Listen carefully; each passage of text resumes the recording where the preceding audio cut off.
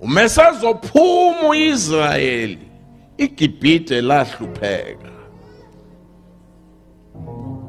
UIsrayeli esezophuma kukhona izinto kwakhala iGibhite lonke kodwa bona bakhala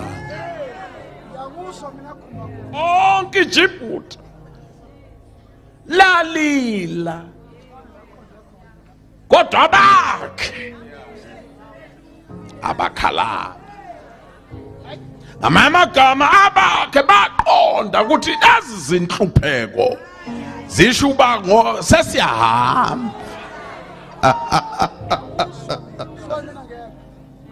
Shumayela isikhathini esibi ke, isikhathi lapho ibandla lingafuni ukuzwa ukuthi kuyahanjwa. Shumayela exesheni elibi lapho ibandla nawukhuluma ngokuthi uYesu uyabuya bathi akakazi ubuya ngoku. Shumayela esikhathini esibi lapho uYesu ethi maniqala nibona ezi zinto ezenzakalayo yazini uba unyana womuntu sesondele. Ngicela ukhuluma, ngicela uthetha, kupha ubuwa, ikomela ubulabula. Into yalimaza uIsrayeli bafundisi, into yalimaza uIsrayeli Jobe yinye, waphuma eGibhite endleleni uIsrayeli ebheke eKenani kwakhushwa amadoda phakathi kwaIsrayeli kwathiwa wayohlola iKenani.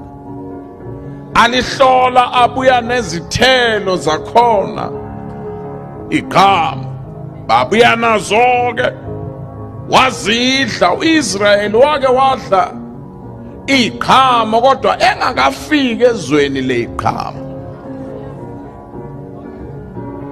Wathi uIsrayeli esehlane egqiba ukudliwa zinyoka la, ehlushwa zinyoka na yonke into kodwa wadla iKenana yena engakafiki eKenana. Bamba-ke nayo indaba. Abanye babo cela ke bopha i-seatbelt yakho ngoba ayina ameni le ngizoyithetha. Abanye babo baneliswa ziziqhamo balibala yizwe. Abanye babo baneliswa ukudla ithelo bakhohlwa ukuthi abatshelwanga ngezithelo, babetshelwe ngezwe. Namanje sizothi sila emhlabeni sidla izulu singakafiki ezulwini. Kodwa inkinga yanamhlanje kukhona abazolibala yithelo lezi uThixo azobasikelela ngazo. Athi ugqiba ukubasikelela ngezinto uThixo baqhoshela abanye abantu ngazo. Balibale ukuthi bona akubona abeyithelo kodwa bona bangabezwe. Ayivakali ke le. Ungakhohlwa uIsrayeli waphuma emhlabeni eGibhite waya eKenani emhlabeni,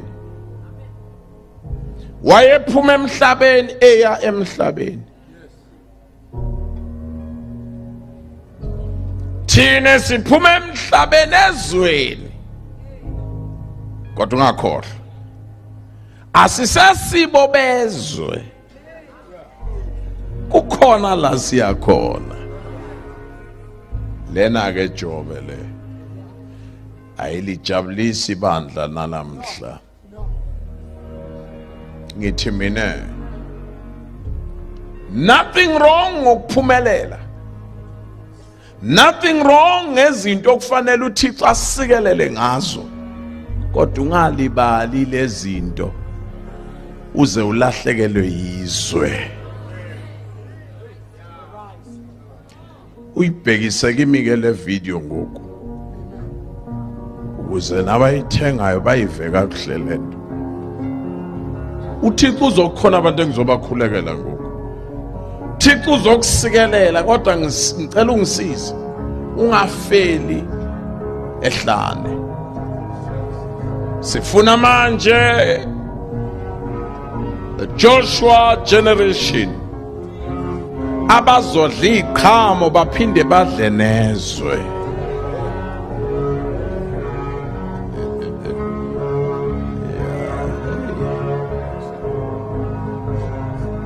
You know ukuthi kulesikhathi sanamhlanje kukhona amavesi othi na uyakubazalwane uthinte wona lihwengu. Uthi ungathinta wona wazi uzwe ukuthi bahamba nawe abazalwane.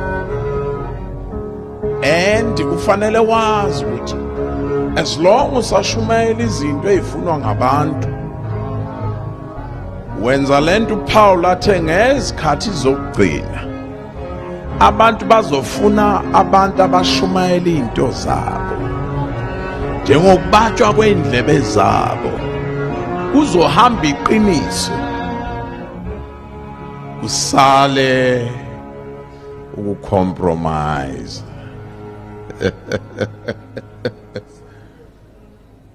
Yabona ke nase compromise noma abantu sebedla izono kunzima ukubakhuza. Kuzawuba nzima uthetha ngezinto ngoba kwawena zikubambile kwawena.